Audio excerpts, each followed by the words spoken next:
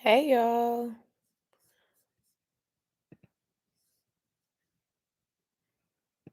I don't know who's on here, but happy Wednesday.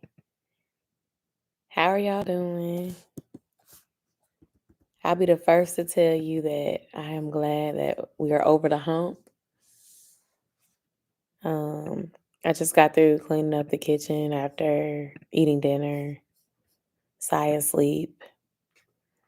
Um, this is my first week back in office, and it has been an adjustment. I'm vlogging my experience, and I hope to be able to have time to edit it this weekend so I can share it next week.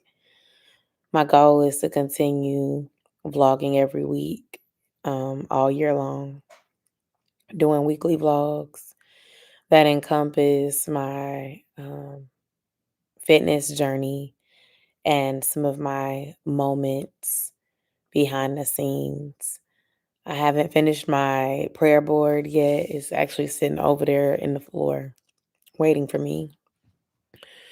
So I'd like to finish that and really just relax this weekend as much as possible. We don't have any birthday parties.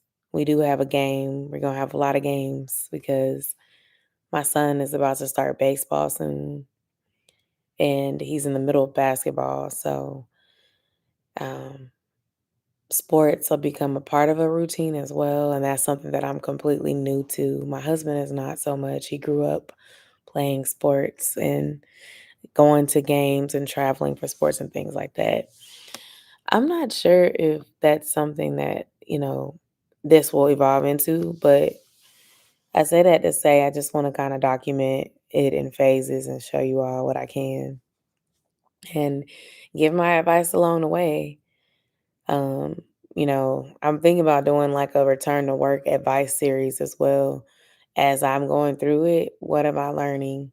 And I'll include some of my little moments in the vlog, but I will say it's very important to plan when you are commuting to a job because life happens. And if you are a person that's just kind of flying by the seat of your pants, it makes it challenging for you to navigate when life lives. It's a little bit easier to disguise when you're at home because you can hide behind a virtual background and you can hide behind um, less interactions. People who are not paying attention won't notice things that are going on. I got a few inquiries.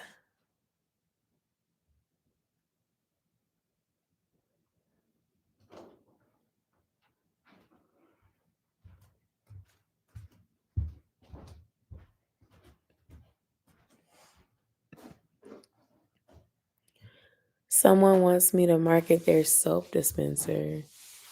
Interesting.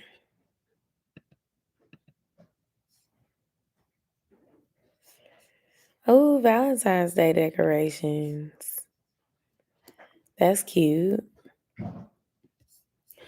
They have garden hoses. I do need a new garden hose. Our child and his friend somehow tore a hole in our garden hose. No, I did that. It wasn't that. Oh, it wasn't? Oh, sorry, Desi. And sorry, well, Siah not awake, but sorry to Josiah for blaming him because it wasn't him. No, girl. Hey, Brandy, I was just saying I didn't finish my board yet. It's still sitting over there, needing to be finished. I hope I can finish it this weekend. Have you finished yours? I know you had said you were thinking about doing a board. A lot of the stuff on my one from last year is still true, so I definitely plan on using that. And I'm talking quiet because Saya is asleep near me.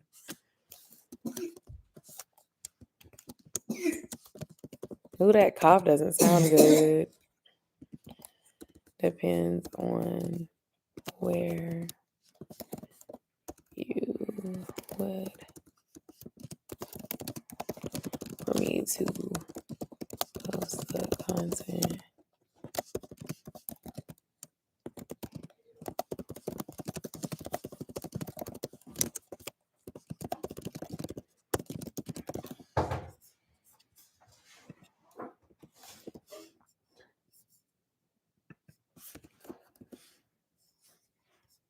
I was just telling them how I am currently working on a like week in my life vlog that includes my first week back because that's what I'm currently going through. Ooh, I'm so sorry for yawning. I'm tired. This is an adjustment and it's been kicking my butt. I've got the new photos I want to print off, save to a Pinterest board. Got to make time to actually do it. Since a lemon and an orange and a half, microwave and squeeze it into a cup. Add honey for cough. I have limes here, but I can go and get those ingredients. Cause I started sneezing today, and Josiah's been sneezing, but he not sick. But he's, that cough sounded gross. And then Des was just sneezing. I don't know. I just hope I don't end up getting a cold because I'm around more people. And I don't want Siah to get one because he's around more people because he's doing basketball now. So he's around more children than usual. And he already was doing like karate. This is just some water with ice and lime in it. Yeah. I feel like my energy is on sleepy and I apologize for that. But I wanted to go live today because I don't know how smoothly things is gonna go tomorrow with practice and commuting. Oh my gosh. And then right before this, I was cleaning up. So I like took my ring off, was washing dishes up because I'm trying to like make it a habit to clean my dish before I go to bed. Clean as many dishes that are left behind before we go to bed and do everything at night. Like, because I'm more of a night person than a morning person. So like Siah's clothes are laid out, my clothes are laid out, his bag is ready with snacks for tomorrow. My bag is ready, my lunchbox. I've already packed my food from when I meal prep. Like I'm trying to be very intentional because I know my strengths and waking up early and trying to remember a bunch of things, that's not one of my strengths at all. Um it's not my strength. I'd be tired. Like I also it's really, really cold and my heat went out in my car last week. Whew, excuse me. This was in my vlog too, but I don't know if I did a good job like explaining it because I cut some stuff out so the vlog wouldn't be super long. But my heat went out and um I thought that it was just I needed to let my car warm up and it wasn't working because like I started the car and I drove it and like the car needed to sit for 3 or 4 minutes. Well, last Thursday, literally this time last week, we were leaving Josiah's basketball practice. Oh, I keep yawning. I'm sorry. We were leaving Siah's basketball practice, and I heard it making this like clicking sound, and there was this smell coming from it, like something like it was trying to work, but you could smell like the heat. It just I don't know how to explain, but it just had this odd smell. And then the next day after that, when I tried to turn it on, it wasn't even like blowing. So it literally died last week. So then Saturday we went to the mechanic and dropped it off. Actually, I was gonna go Friday, but they were full in the afternoon, and I was so busy with work on my remote day that I was just like, it's okay. I'll do it Saturday. So oh my god, I keep yawning. I'm so sorry. Um Saturday morning before Siah game, I went up there to bring the car and see if they could fix it. I dropped the car off. Des picked me up. We went to Siah's game, went back, picked the car up. They told me how much it would be to fix it, which it wasn't as bad as I thought it would be. But they were like, because you dropped your car off after 12 o'clock, which I did. I dropped it off around 12:05. We weren't able to get to it today, and we need to order a part. So I paid the mechanic a fee to go ahead and order the part, so I can drive it back up there this coming Saturday. So I've been driving this car in the cold, and it's been cold this week. Like I don't know if you get snow in Kentucky, Brandy, but It's been really cold here. Like, not snow cold, but there was a tornado warning and some schools closed. Oh, excuse me. Some schools closed because it was really cold and raining. And the weather has been in the low 30s. Yeah, low 30s where you would want to drip your faucets. Like tonight, it's gonna be 33 overnight, so we're gonna drip it. You're supposed to drip it at 32, but 33 is close to 32. And y'all know, I busted my pipes. Hey, Soror, how are you? Thanks for stopping by. um, so I don't want to take any chances with cold and bursting pipes, especially when I already got to replace the heat in the car. Those tornado sirens woke me up. Yeah, it was pretty terrible. And like I didn't know, but like Tuesday, I literally drove to work and it was raining sideways.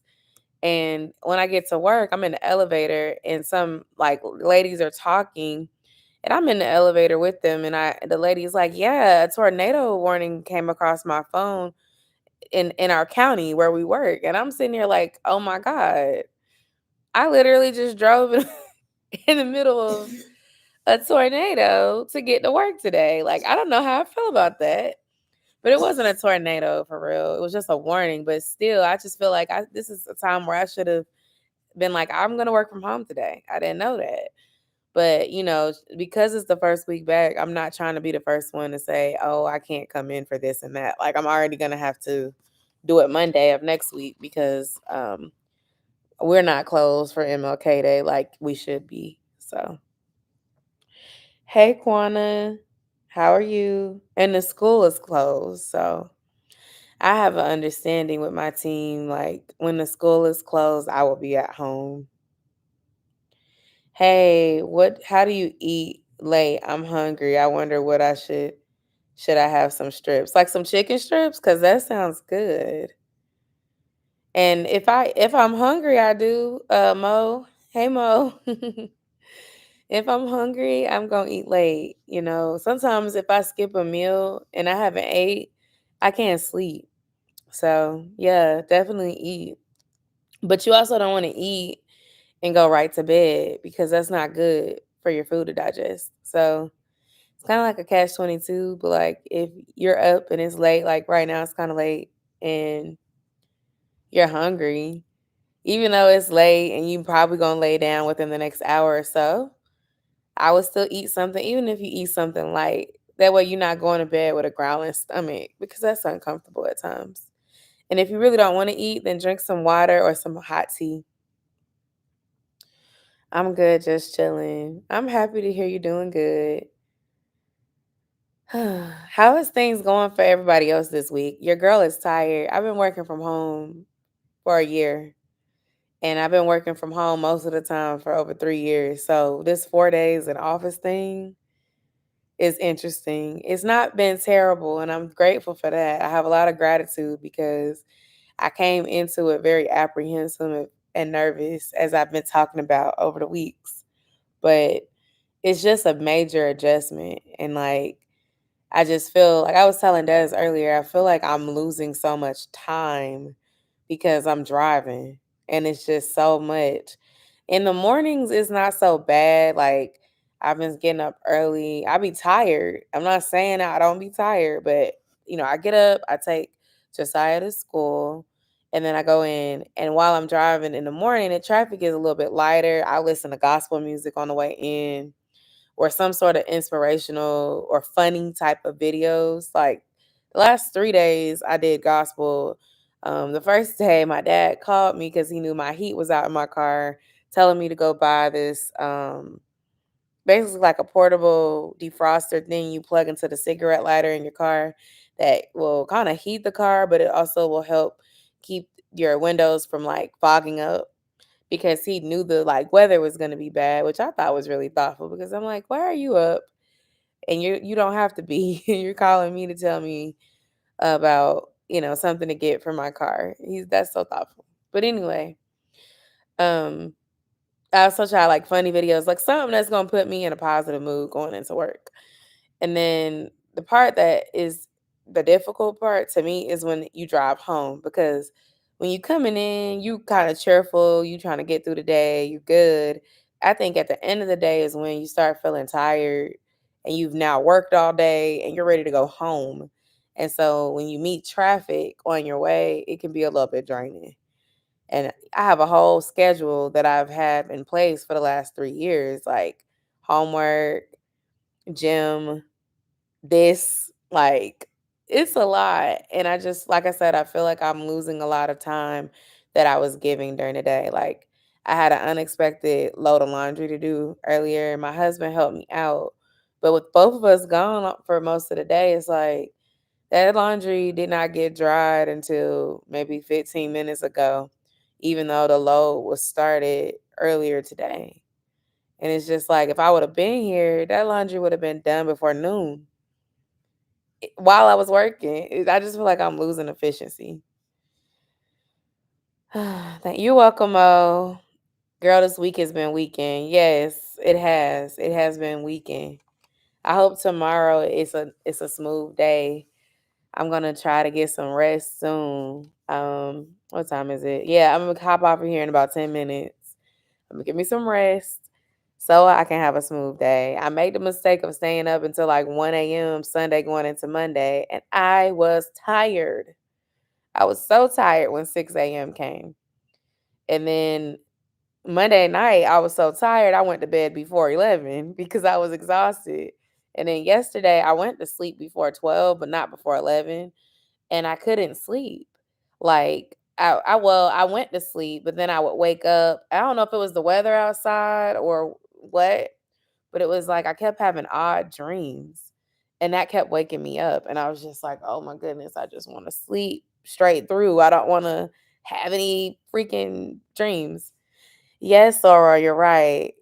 You're absolutely right. I feel like it's not just in my head. Like, I'm spending 2 hours in the car that I was spending sleeping and or just like doing other things in the house, and I'm losing productivity because being in an office, like, y'all will see cuz I'm vlogging without putting anything out there that I shouldn't be putting out there, but just I've been sharing my experiences, and I'm going to like vlog as I adjust, as I do with everything. But my assigned area, my little cubicle area is literally in a traffic place, like where people are walking behind me all day. People stop and talk to me, which I don't mind. Y'all know I'm friendly, so I don't mind that, but those are interactions I'm not used to having, and it's cute right now cuz it's my first week back and it's my whole team's first week back, so everyone's excited to see us and they're happy to mingle with us. But I'm afraid of what will happen when it becomes a productivity issue. And then it's just sometimes when it's not even a productivity issue, it's people holding their own conversations near my area because I'm right behind where you flow to the elevator. I'm right behind where you flow to the break room, both ways.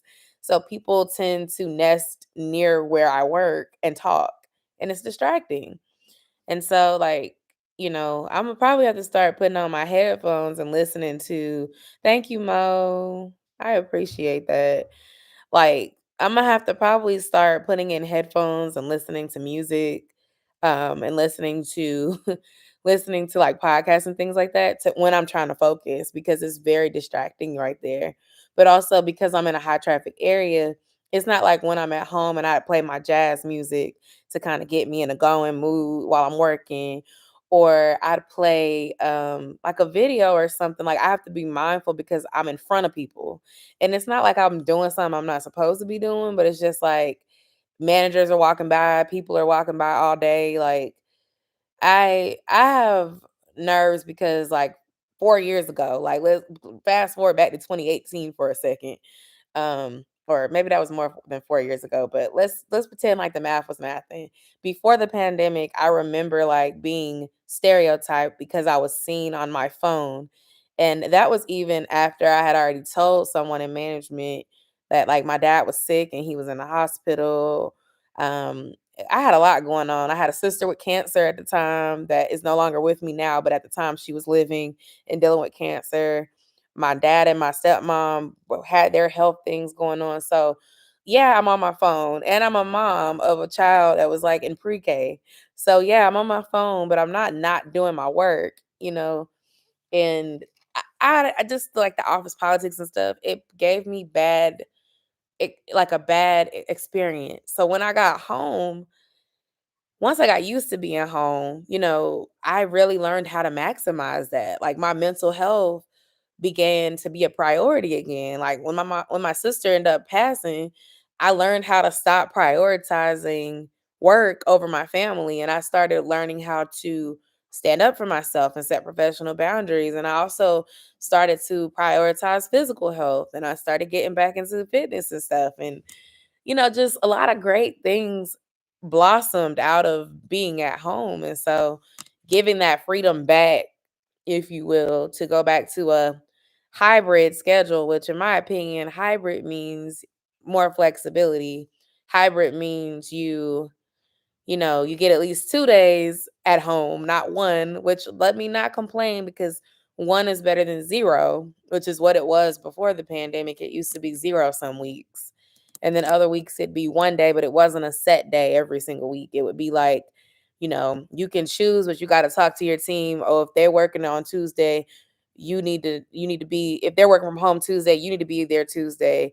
But maybe you can do Wednesday and they'll do your Wednesday. Like it wasn't as good as it is now, where a lot of these companies give people set days. Like my best friend, I think her flex days are like Tuesday, Thursday. Um, Another relative of mine, she's at home every Tuesday or something like that.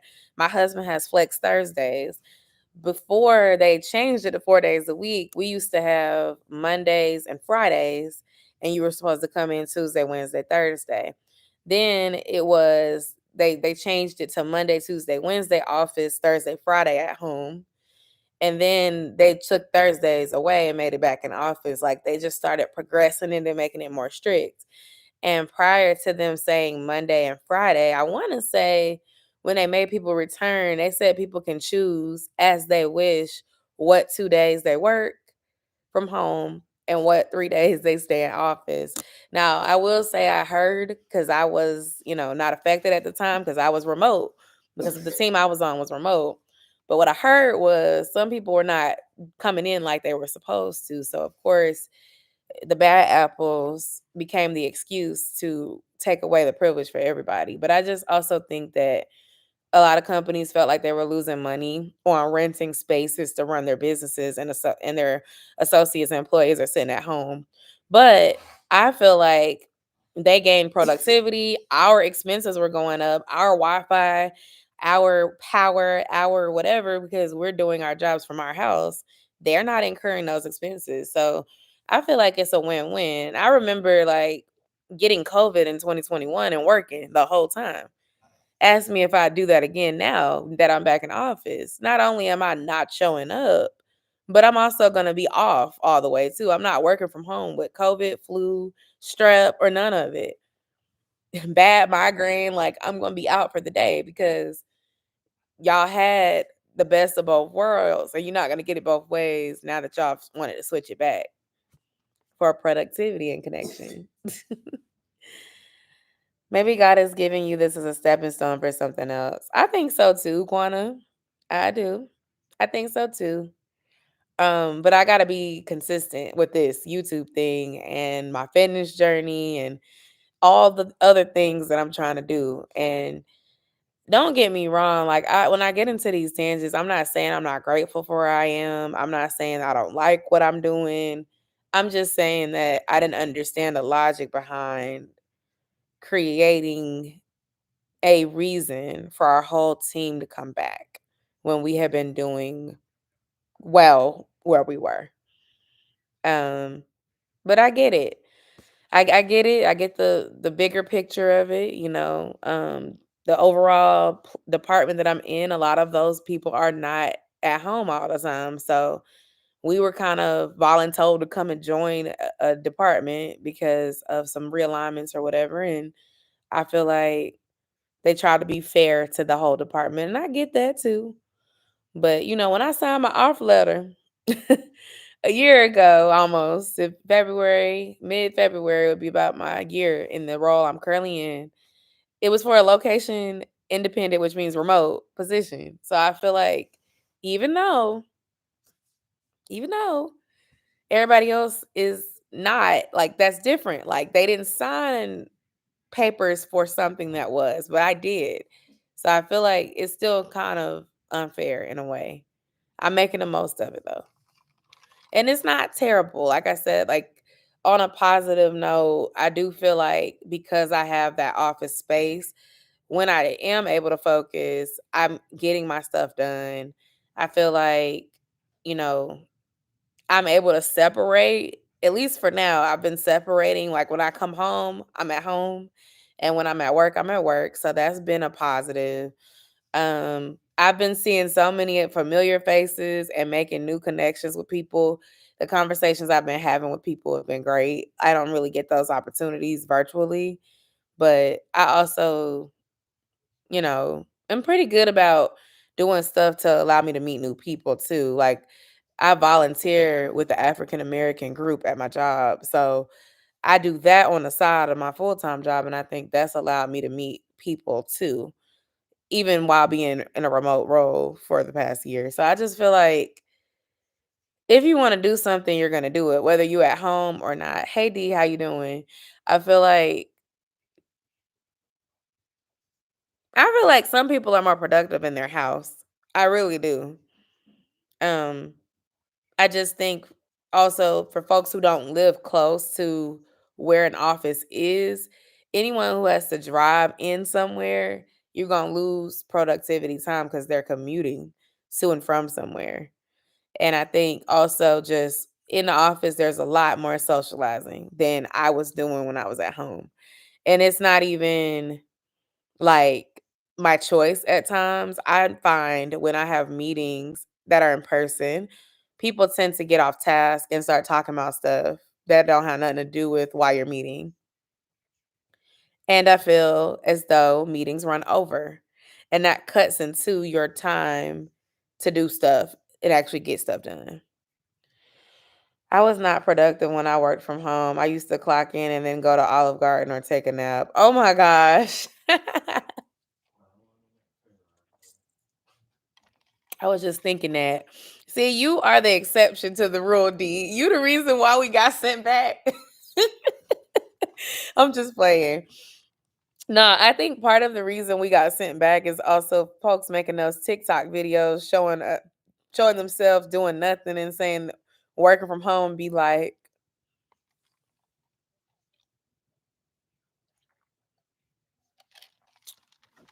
yep, them little TikTok videos that were making fun of what it's like to work from home, and that's why nobody takes it seriously. They think we're not doing nothing.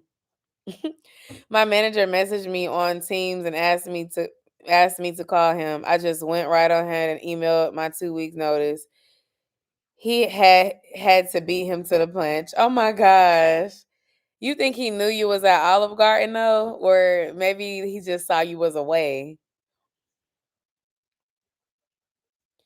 And it depends on the type of job you have. Like if you're supposed to be answering calls, you can't be disappearing and going to Olive Garden. But if you have more of a like administrative corporate role or you're an HR, you consult and things like that, you can take calls from Starbucks. You can run an errand or something. Like that's not going to take away from your productivity. You can choose your hours. Salary, especially if you're salary, like salary people have that autonomy to decide what hours work for them. Hourly people, not so much. Like hourly roles require you to be doing something at a specific time, at a specific place. If it's a phone job, you got to be in a specific aux code or, call time, dispositioning time, or what the other terminologies is, like where you're supposed to type what happened on the call and submit the notes. Like you have certain things you have to do and you're being monitored. So yeah, like I would say those jobs are a little bit less flexible. I used to work in a call center. I used to make outbound calls. in college in their call center for what it was trying to get the alumni to give money to the school. That was a fun job. And then after college, I worked in a call center prior to working in like communications and HR like I do now. So when I tell you like everything is monitored to the point where if they catch you hanging up on the customer, like they know you did it or whatever.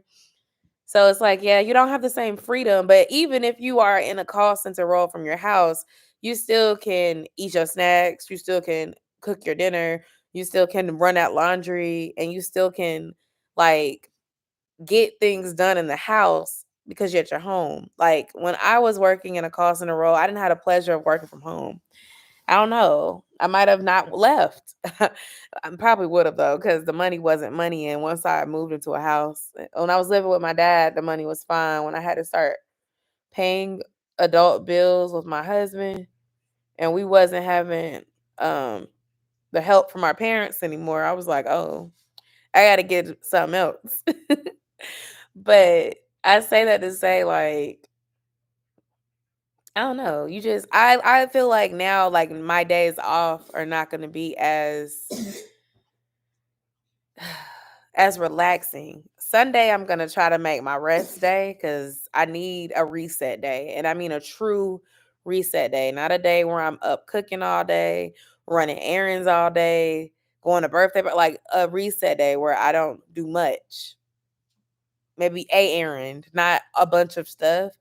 But like I don't have time to do laundry during the week. I have it. My laundry is slowly piling up, and like I said, I had an unexpected load to do this afternoon that wasn't for me or Des. So y'all can fill in the lines and guess who it was for. So my stuff is gonna probably have to wait until Friday. I don't want to keep starting a load. And I tried it actually. I started a load, but I was so tired I forgot to put it in the dryer. So I had to rewash it.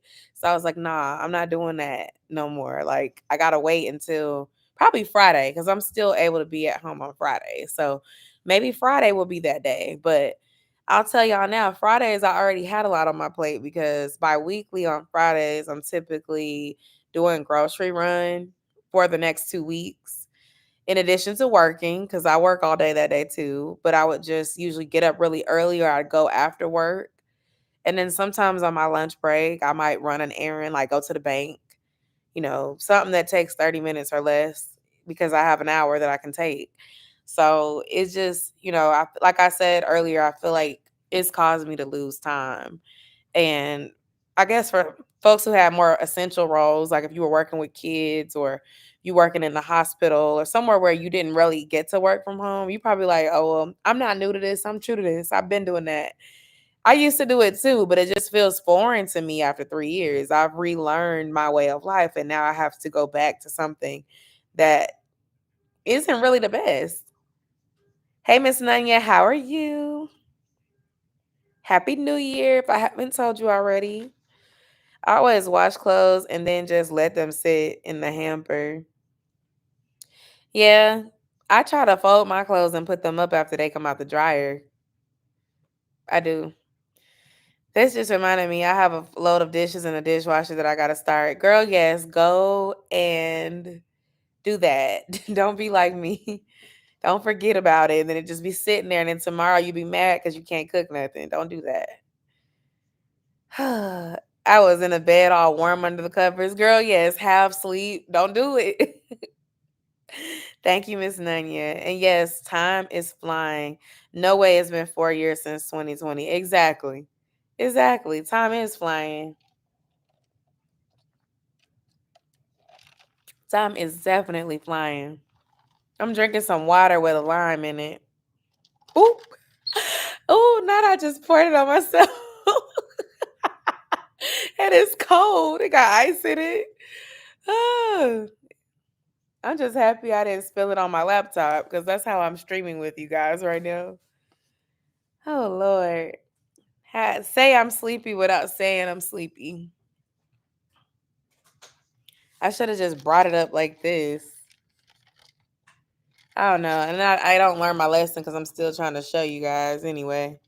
Water with lime and ice. Very good and refreshing. Oh, another thing. I haven't felt comfortable going to the restroom at work yet. Like number two. I don't know if this is TMI. Y'all comment down below. Let me know. Do y'all use the bathroom at work? I will honestly say I usually will go wherever I have to go. Like if I have to go, I'm not gonna be uncomfortable, but I haven't had to go. And that's so strange. But it also might be because I haven't been eating like that at work. I've just been trying to get my work done.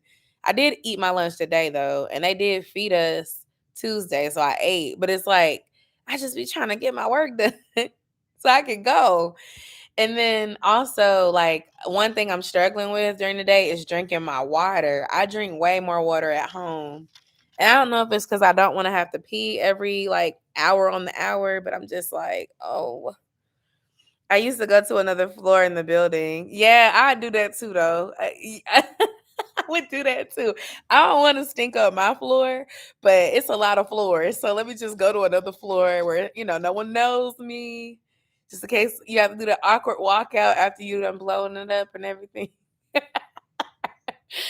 Yeah. But I haven't had to yet. And I'm shocked because, like, when I'm at home, I go. Like, what?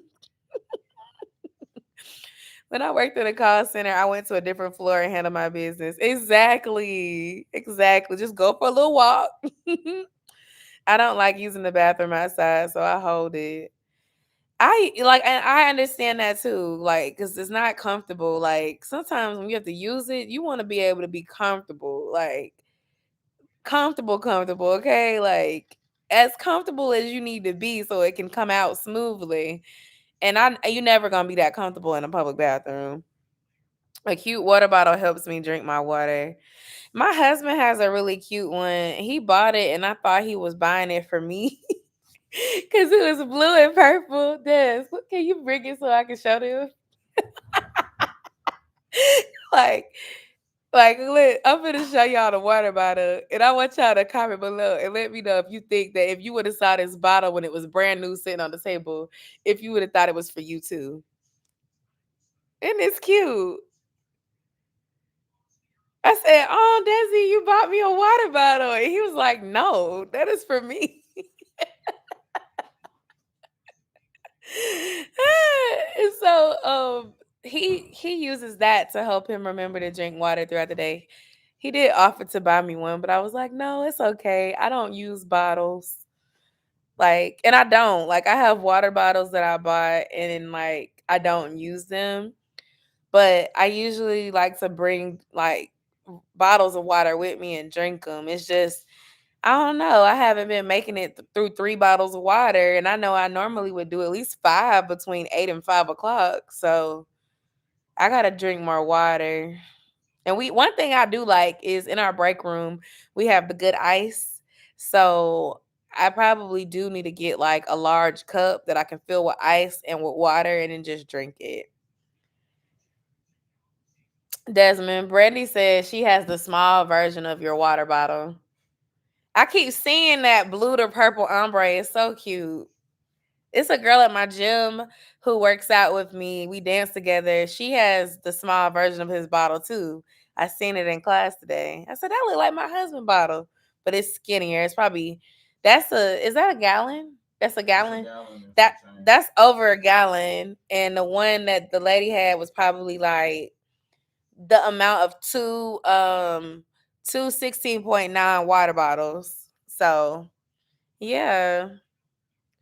The water bottle is cute. I need one. He got it from Walmart if you guys are interested.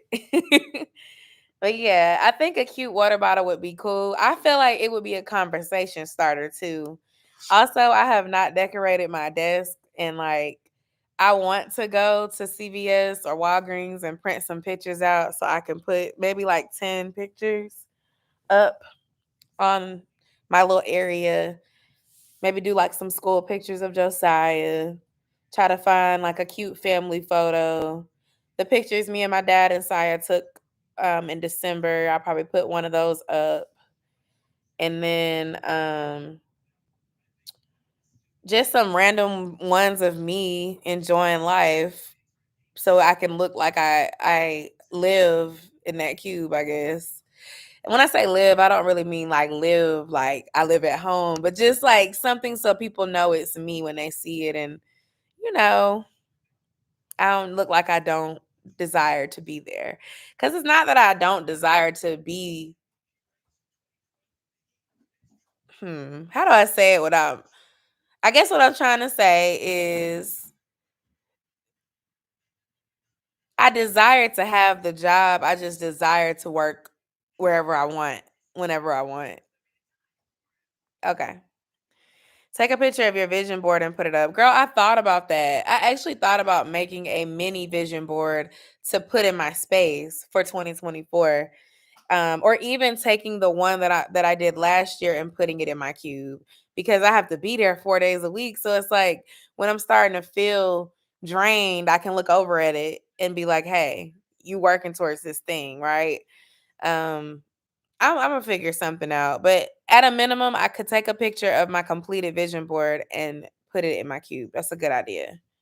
That's a really good idea. I could blow it up and I could put it on some royal blue glitter paper because I didn't use that glitter paper that I bought from Dollar Tree. And now I feel like I need to use that in my cube. I could do 3 areas. One could be like work stuff, one could be family, and then one could just be like random stuff about me using the little royal blue paper. Your comfortability is making you uncomfortable, so that's why you feel the way you do. Okay, look at you knowing.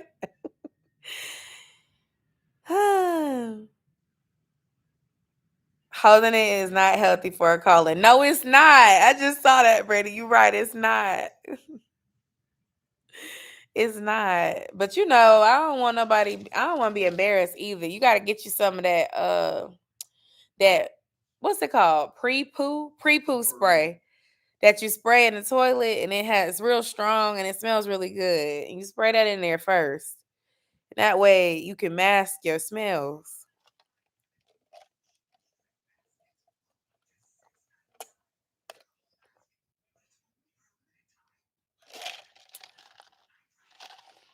I might like limes in my water better than lemon. It's good.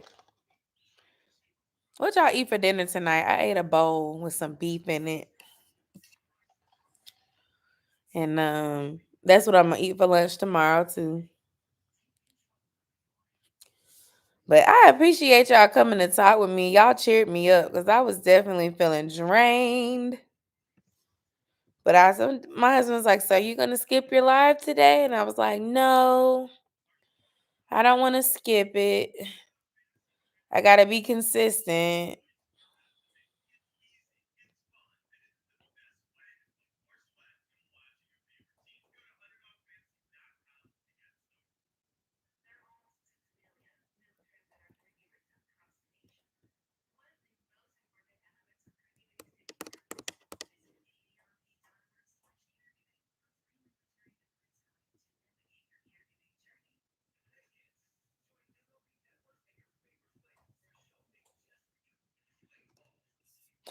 Oh, Quana, while I have you still here, if you're still here, Cat Williams.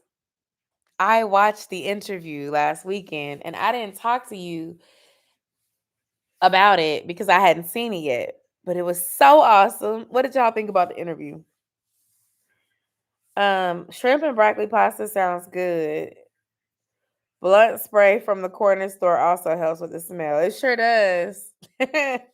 I have some cherry spray like that, and it's really good. It helps when people fart in the car. Ask me how I know. I had 6 chicken nuggets, Chick-fil-A sauce, and cranberry juice for dinner. Okay, that sounds like you had a kids meal, but I can respect that. Is the kids meal damn near $6 at your Chick-fil-A as well? Because I don't know what happened, but the kids meal ain't $4.95 anymore. It done went up to like $7. And I'm like, I might as well just order off the grown folks menu. But Chick-fil-A give you the best deal. I like to do the two strip kids meal with fries, sub out the toy for the ice cream cup, and eliminate no ice. That's the best bang for your buck at Chick-fil-A. He didn't lie, and nobody said he did. No, he didn't, and it was a funny interview, but he wasn't trying to be funny. He was just telling the truth. And I feel like, for one, when it came to Kevin Hart, that man did pop up out of nowhere. I haven't eaten. No, he didn't. He didn't pop up out of nowhere. No, he had been an actor and a comedian for years. You got to remember, he was in 40-Year-Old Virgin. He was. Yes, he's in 40-Year-Old Virgin. He'd been in movies for a minute. He had been a comedian for a while. He had been on Comedy Central when they were hot. He just hadn't had that hour because he was not Cat Williams funny. Yeah, he's still not. But he's safe. As when he was married, he was safe. He had a family. He could talk about his wife and his kids. He could also do funny stuff. He could also do stuff that was partially funny. Crowds would come see him because he was relatable. Yeah, but Kevin Hart also would accept roles that make him do things that are like embarrassing and belittling and putting him on a show like to be made the butt of the joke. How many black actors have it? Cat Williams. Cat Williams is one, but Cat Williams, Dave Chappelle, and like two others. Right. And everybody else does it. Chappelle? He stopped making it for 10 years. For a long time, and then when he finally came back to stand up, he made $90 million, and Netflix saw their return on investment. Quana talking about some teller dead. But Cat Williams wasn't safe. And hold on. I haven't even eaten yet, but I put dinner barbecue chicken thighs in the air fryer. That sounds good too. We need a Dave Chappelle wore a dress. He did? I thought he didn't. I don't remember. When he wore the dress, Marissa? Of Chappelle Show or something. I'm not sure. I didn't know, but Cat Williams kept on saying in that interview he was not putting on no dress, and he stood on that. Now, some could say he still took a belittling role with the Magic Mike. I mean, not Magic Mike, the Money Mike thing, but I don't know. Career, but it made his career. As an actor, it made his career as a stand-up. It helped him pop so he could get a special that was gonna pay him. That he needed that role, even though Ricky Smiley was originally cast in the Ricky Smiley originally had the role, but when they agreeing with you, they said, "Come on and be on the video." They hear you. No, you don't gotta come, but he said, "Robin Hood man in tights." Robin Hood men in tights. Yeah, I remember. I don't remember him being in a dress, but that's like '94, so it wouldn't be surprising. Oh, that's like 1990, early '90s.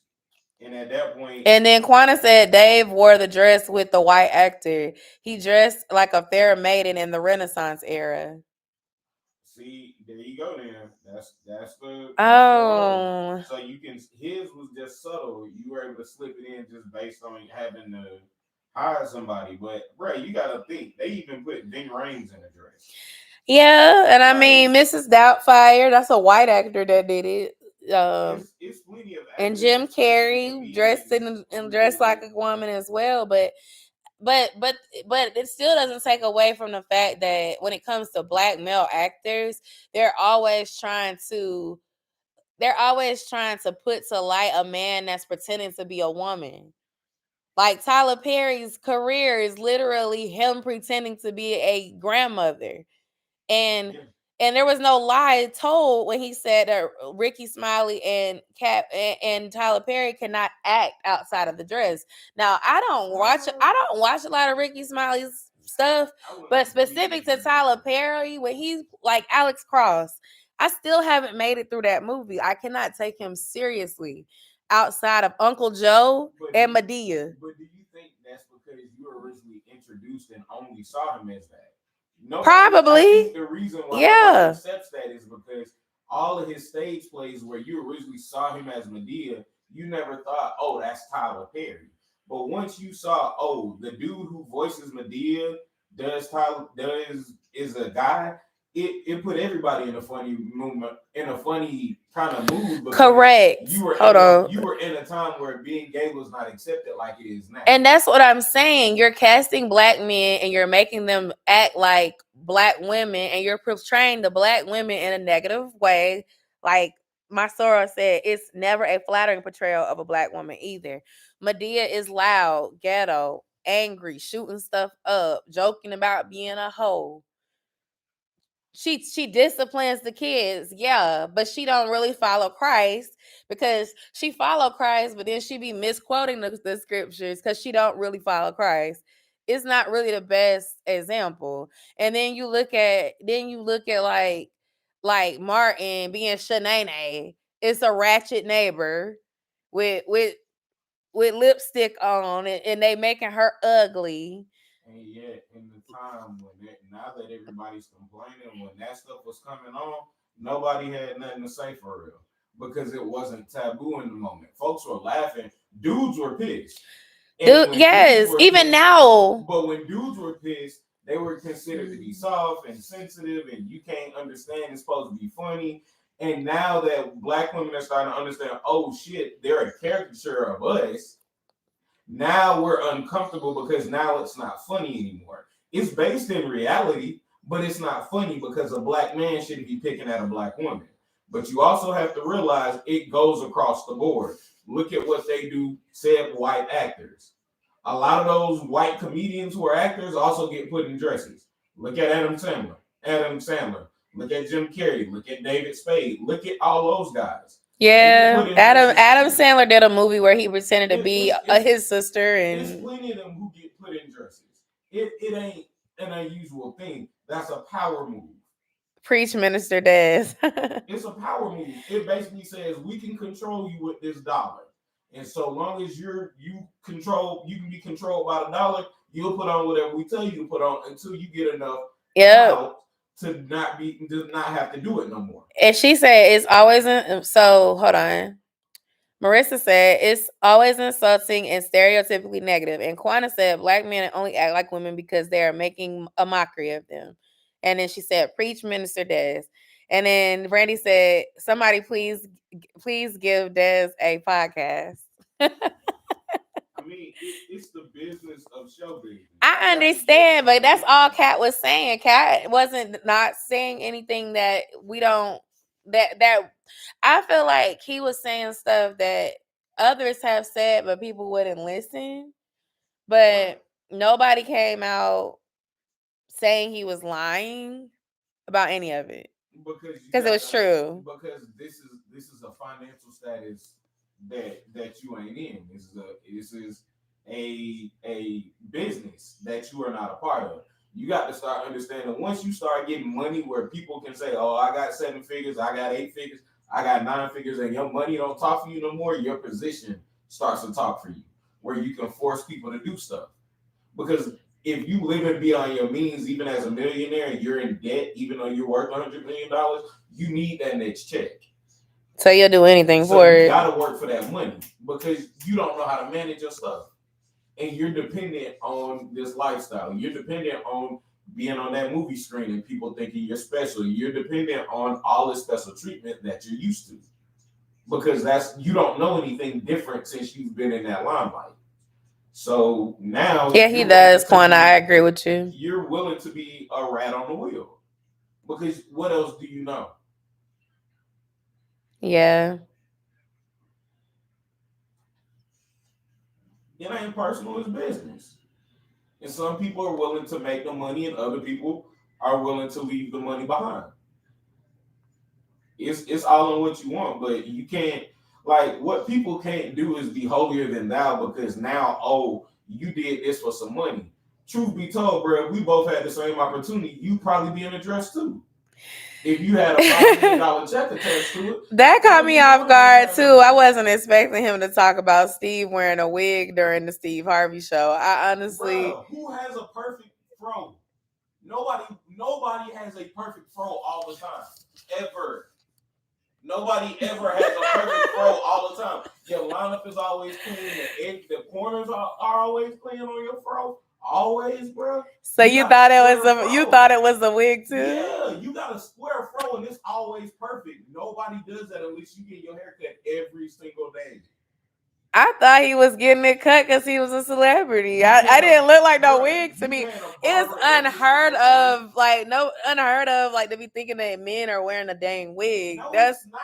it It's was. Black community. Right. So no one is expecting this man to have a wig on his head. Operating inside of Hollywood, they will gladly put a wig. Oh wait, Marissa said we always knew it was fake. Gen X knew. I said okay. I was a kid. I just thought that was his head. It did look like a perfect square, but I didn't think anything of it. Perfect, bro. Nobody ever. Brandy Cat and Mark Curry says Steve's life is a lie. I don't have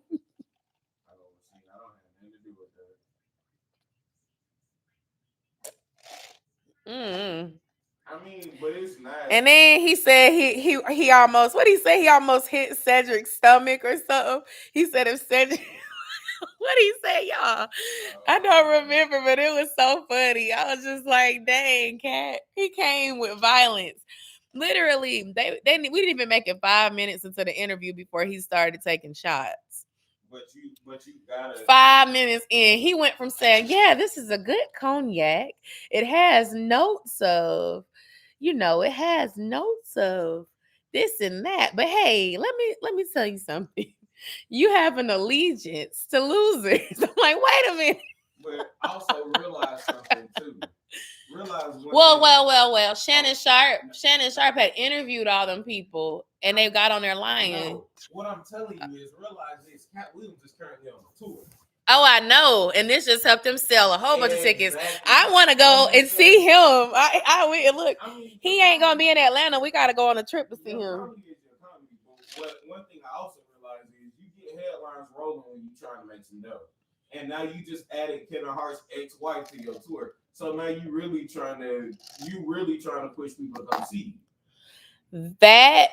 That's his ex-wife? Yeah. Oh, I didn't know she was a comedian. I don't know if she is or not, but you trying to push tickets. You want this money because you got dirt that if you do what Dave Chappelle do and you lock up everybody's phones and can't nobody release your comedy, folks want to come hear you. Dang. It makes people want to come see your show. Brandy, the interview is on YouTube. The whole thing. It's on YouTube. And it had like 20 million views in 2 days. And I watched the whole thing 1.5 times. I didn't make it through the second time. Because some of the stuff he was saying, it was so deep. It was going over my head. I feel like if Dez watched it, he probably wouldn't think it was as deep as I did. On Club Shay Shay podcast, they said Kev Hart's wife wrote for him, and that was her dream. Oh. See, I never heard that part because I've heard from folks who are on the road doing comedy with Kevin Hart. So I don't know how true that is. It may be some of his material once they got married came from stuff and she fixed it, but she wouldn't be doing anything that most other comedian wives do. Once, like most other comedian wives of comedians who have been in the game more than like 15, 20 years, they're just like joke writers too. They can tell you where your punchlines go and where your setup is and why this joke ain't hitting and why you should probably move it from the 4th spot to the 12th spot if you're doing a 30-minute set. Most of the time you start to pick it up because you're around it so often. You hear it all the time. So it may have been her dream to be a comedian, and before even you hear him, even before he got married, he was doing comedy and was broke. Yeah. So it's like he had been doing the comedian hustle. But you don't believe that they planted him in place, even though. Listen, nobody comes out of nowhere. Everybody's a plant. Nobody. It's like because he came out of nowhere. He didn't come out of nowhere. With the Soul Plane movie. I remember being a kid and being like, where did this man come from? Yeah, to black folks. Right. And then after that, it was like his career took off from that Soul Plane movie. But what you got to realize is black people ain't all of who watch stuff. I understand that. That's what I'm saying. Like a lot of white folks who once they deem you, oh, you can make black people laugh, you're useful. Oh, we can typecast you. Even better. Because now we can keep using you. Oh, we can put you with The Rock in 6 movies a year. Yes, literally, he's been like, I was watching this one like Instagram TikToker, and I I follow him because his little videos tickle me. But he be like going up to people in Walmart or in the mall, black people, white people, Asian people, whatever. And if it's a white person, he'll go for $1, name your 3 favorite white people. And if it's a black person, I think I mixed it up. But if it's a black person, he'll ask them to name their 3 favorite white people. If it's a white person, he'll ask them to name their 3 favorite black people. And one of the white women that he interviewed was like, "Oh my gosh, I can't think of his name, but he's like The Rock's little friend." And she was talking about Kevin Hart. And it's like, that is probably what a lot of them people view him as, because he has been typecasted 6 or 7 times as the little friend, but not even just The Rock's little friend, Ice Cube's little friend, like everybody that's bigger than him, little friend, that's gonna get tossed around in every single movie. I don't have to do my own stunts. They're gonna pay me at least $40 million, and they're gonna send me on a basically a media tour before I go on the conference. Yes, girl, The Rock's little friend. I will gladly be Ice Cube's little friend, The Rock's little friend, everybody's little friend. When me and Siah was watching Jumanji, he was the little guy getting thrown around in that movie. What? You're building generational wealth off of not even being the main star. How many people say that? I get that, but why do you want to? It like Fatherhood. Fatherhood was an amazing movie, and it wasn't him being seen as that stereotypical like butt of the joke. But it's like, because he had already been doing that for so many movies. It's like the movie had to sit on Netflix because my Spanish teacher used to say one thing. Fatherhood was so good. I was crying and everything. I'm like, what? Kevin Hart can actually act and not just be the butt of the damn joke. Okay. What the whole thing is he's more than a comedian, but he is more than a and he not that doggone funny. He's funny in these roles where they have him doing all this stupid crap, but he's a good actor. But you don't get to see it. The whole thing with the business is you ain't got to be funny. You got to put a butt in every seat. And he does that. Exactly. I agree. But in every seat. She said Kevin Hart is a better comedic actor than he is a comedian. And I agree. He is not funny. His stand-up is not that funny to me. But it don't happen. Like in college, pineapples? Like they loved the pineapples. I was just like sitting there like, okay, right. I'm trying to find the okay. So it wasn't horrible, but it was like Cat Williams. I could watch Pimp Chronicles. I could watch every stand-up that he did several times and be cracking up, crying, laughing the same way. Never with Kevin Hart. What you're doing in their comedy. What? Who came before and who came after?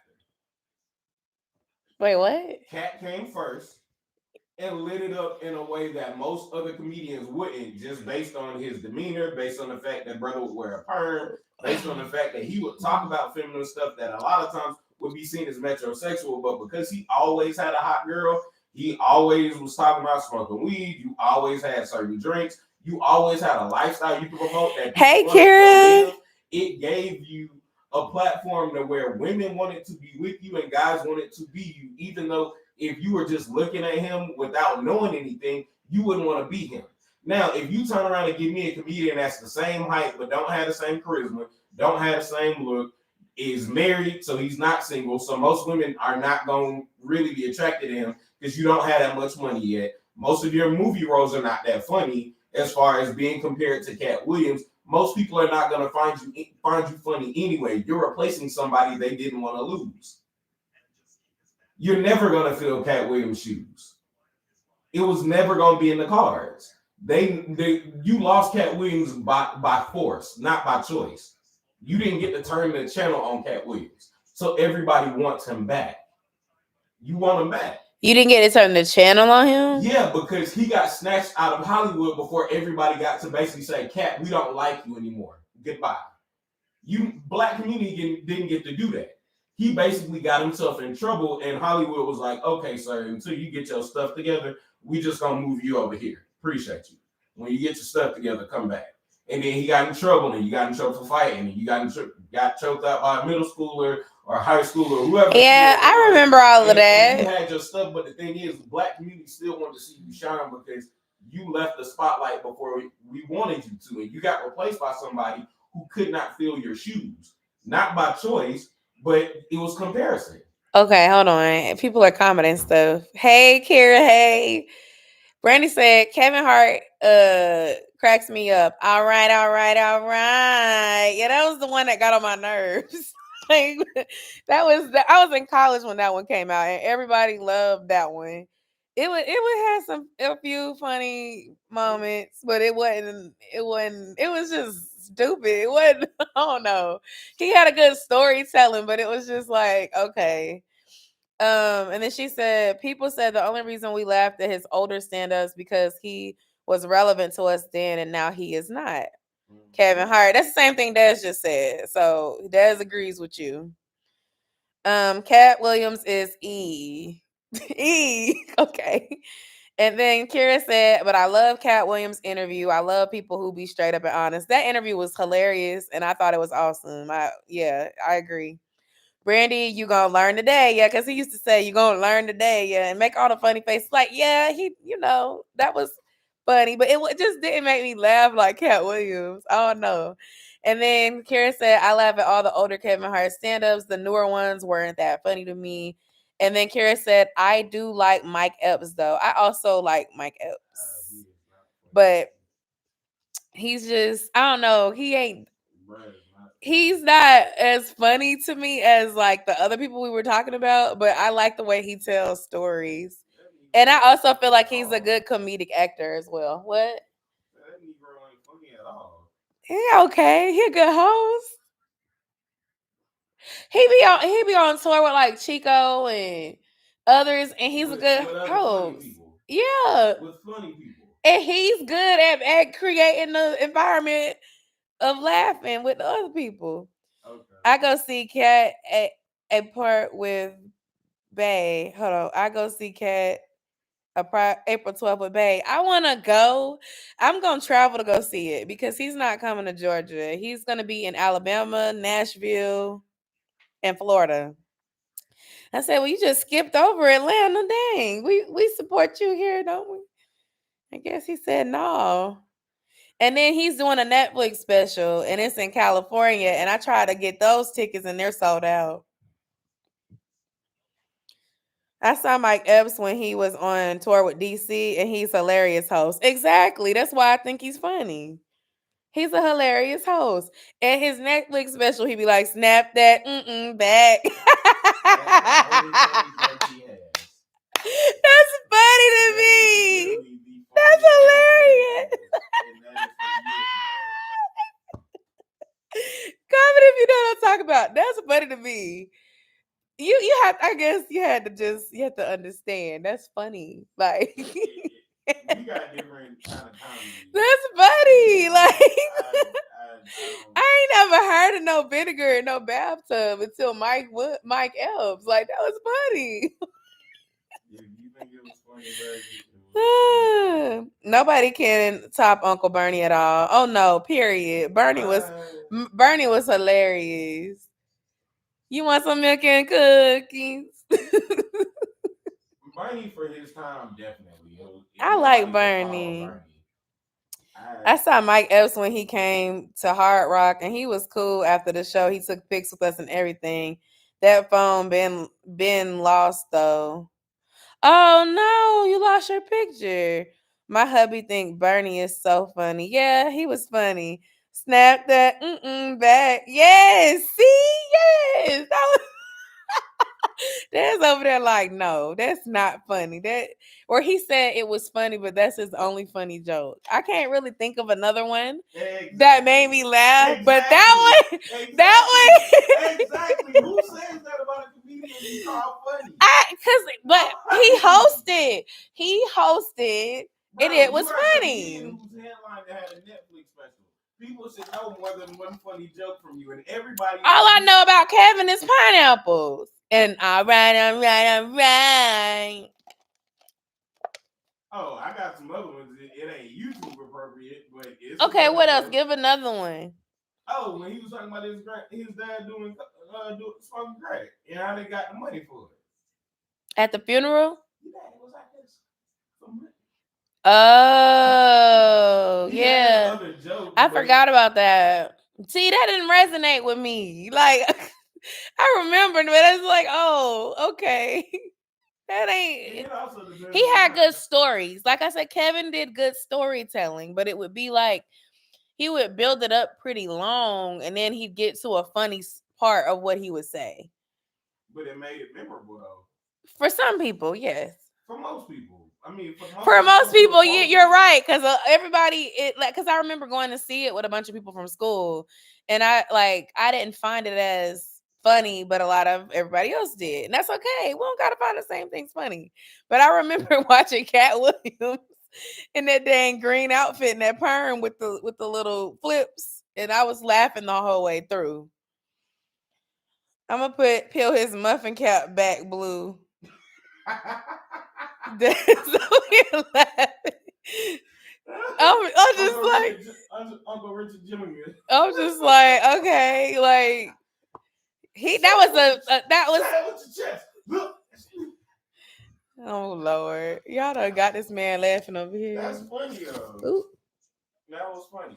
He stopped laughing. I like it. Y'all caught Dez laughing, y'all. Definitely got a good storytelling and relatable. We all have some family member that's like that. We know someone like that. Kev. Yeah, that's true. That's true. So I mean, that's what I'm saying. His stuff isn't always funny, but it's relatable. Yeah, like the laugh at my pain. I like the laughing at my pain because it was relatable. Tell Dez to start a podcast. People have to actually listen if I start. Say it with your chest, little ass. He went over there and mouthed it after you said that first part, Brandy. He over there laughing. But okay, yeah. I don't know if Des is gonna start a podcast, guys, but I can bring him to come talk with me. Anybody else have anything else from the Cat Williams interview that y'all want to talk about? Because I got to get off of here before midnight because I got to go to sleep because 6:00 comes real fast in the morning. And I don't like that for me, but that's my life now. This was fun. I'm trying to think of anything else from the interview that stuck out, like his childhood and stuff. I didn't know those things about Cat Williams. I didn't know he was on his own at 13 and was moving around and hustling and all that. I didn't know any of that about him. Honestly, I didn't know nothing about him as a person. I really just knew I liked his stand up from the time I heard it in high school and beyond that. I can't get over how much Cat Williams sweats. It drips so much. Oh, ew. Well, it depends on if you drink before the show or not. Because if you drink before you do comedy, you under them hot lights, and you have a perm, you don't sweat. Yeah. I didn't finish it all, but I didn't realize the beef in the comedic streets. That was new to me. Him adopting 7 kids. Yeah, I didn't know he adopted children either. And I didn't know he adopted all those kids as a single father, like he said on his own. His kid, he has a son that's just his. But I think the mother of his kid had a drug addiction. And they were going to split the kids, so he just adopted all of them. Oh, so those are her children. Yeah, I think they're all brothers and sisters. And he just was like, just give me all of them. Yeah, I didn't know that there was like a beef in the comedic streaks either, but apparently Dad's over there like, duh. I'm like, well, I don't pay attention to these celebrities. Steve and Bernie had beef. I knew Steve and Bernie had beef. I'd heard it before that it was about like Steve being jealous of Bernie and Bernie being more funny than everybody and not wanting to give him his opportunities or something like that. When they first started the Kings of Comedy Tour, DL Hughley wasn't on it. And Steve had the Steve Harvey show. So he was closing. But what they were doing is they would give Bernie would get, I think Sid would get 20, Bernie would get 30, and then they would do an intermission. And then basically the crowd would get tired of sitting there because it's a long intermission in between. Mm-hmm. And then Steve would come up and do an hour, He was like, but I had just did a special, so people knew those jokes already, and I hadn't had time to go in and work on a new hour. So every night, Sid and Bernie basically lighten the crowd up, and then they're cooled off during the intermission, and then Steve is coming, and the crowd is not hot no more. So when they finally got the movie going, they got DL and brought DL on so he could open. Steve decided to host, and then that's when they put Bernie at the end because Sid and DL couldn't follow Bernie, and Steve was hosting. But when they kept doing it, they only showed the part of the tour where Steve wasn't doing comedy. So nobody knew for real when the movie came out that Steve had actually did more than host. And it's what got Bernie his TV show. And that was around the time Steve's TV show was ending. So Steve, his his his fire was starting to dim. But basically everybody was saying like, nah, Steve tried to do this and block Bernie, but it was really not getting the whole story. So Steve wasn't necessarily all the way in the right, but he wasn't all the way in the wrong either. Whoever was doing the stuff shouldn't have been doing intermissions. And then also when they did the movie, really it should have gave Steve at least 10 or 15 minutes like DL had to light it up and then host the rest of the show. Well, when you tell it that way, it doesn't seem like Steve was trying to do anything wrong. Cool and the Gang would have been unplugging Steve on Kings of Comedy. They were performing while the ship was sinking.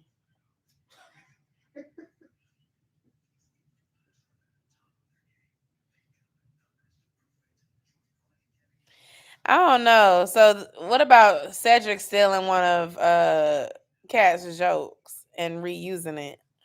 That's not the first time I've heard of a comedian doing I remember that joke on Kings of Comedy. I gotta watch it again. I don't know none of the jokes. I was so young when that came out.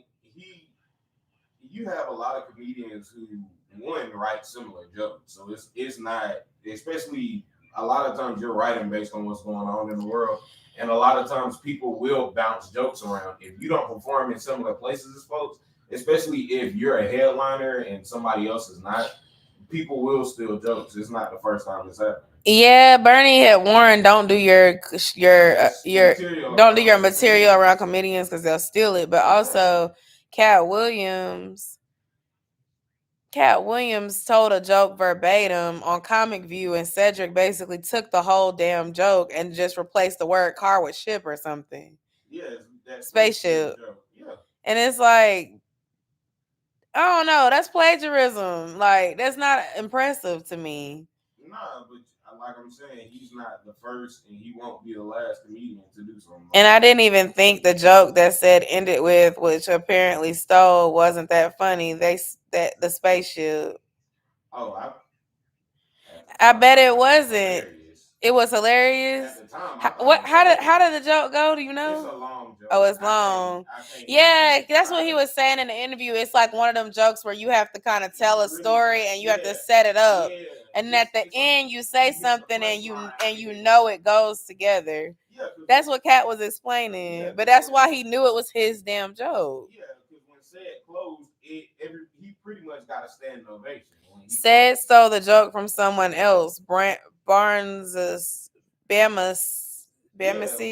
Yeah, like a lot of people steal other folks' jokes. And then also was Cat also coming from talking about the actor who played Big Worm in Friday? Faison, yes. Okay, that's the Big Worm. Okay, because he kept saying Faison. I'm like, what did Faison do?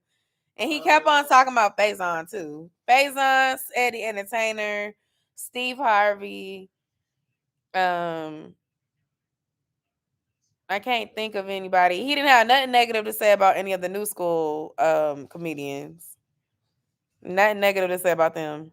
In fact, he said he's a fan of all of them. But yeah. I don't know. It was good.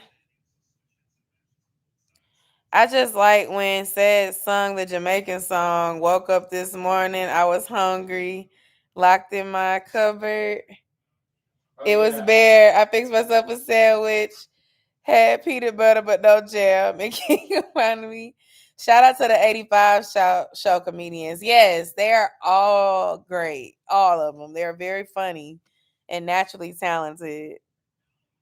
And they just have a good time. Like they just, I don't know, they just have fun and it'd be funny and it's just, I love all of them. They all good. Chico, DC, yeah. Ludacris, yeah, he talked about Ludacris. He said Ludacris went into the Illuminati, and he said that Ludacris and Cat both were at a party, and they were told that one of them could level up their life essentially if they shave their beard, and they'd be promised a certain amount of movies and something, and then he said shortly after Luda cut all his hair off, and he had all them movies. All them Fast Furious movies Ludacris was in, and then he kept talking about like he said something about black that you can see it's like at least 7 people he can think of that married a light skinned wife that doesn't do any interviews or something. He kept saying, y'all know what I'm talking about? Because you got Chris Rock, Dave Chappelle, Steve Harvey, Eddie Murphy, and some other and Ludacris. He was talking about Ludacris too. Wife is but they all have slender, light skinned wives that came from nowhere that don't do interviews. It's kind of strange. What they need to do interviews for? I don't know. That's what I'm saying. Who we doing interviews? And oh yeah, Ricky Smiley. He kept on talking about Ricky Smiley. And with P. Diddy, all he said about P. Diddy was P. Diddy likes to party. You got to tell him no.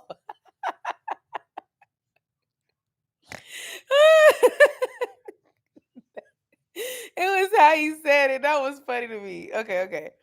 But their Netflix schedule wasn't as funny to me. No, the Netflix special was horrible with 85 South Show.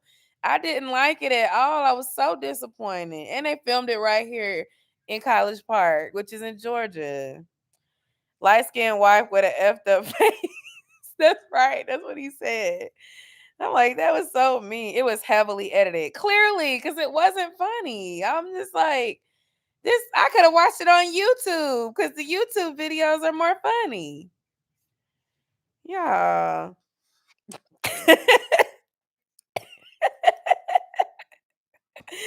Y'all gonna make me watch the interview again. Oh my gosh. Whew. And I feel like people kept on talking about on the internet how he said he reads 3,000 books a year or something like that. And people were like, I called cap. I'm like, okay, maybe that wasn't 100% accurate, but you can't doubt that the man probably doesn't read a lot. I mean, that he does read a lot of books and he does try to take care of himself and things like that. Like, y'all, they take one part of the interview and run with it.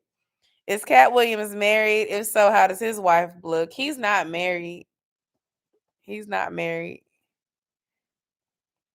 According to him, he's never been married. Eating a lime. Sorry, y'all. But yeah, y'all, it is midnight. I gotta get off of here and go to sleep because I gotta get up at 6:30. I hate that for me. I used to have to get up at like 7:30. But I so enjoyed this conversation with y'all. And Des, I enjoyed you too, Desi. He left the room. I don't know. Maybe he went to go to sleep too. Good night, sis. I love y'all. I love everybody. This was a fun convo. Y'all have a good week. And I'll talk to y'all later. Bye.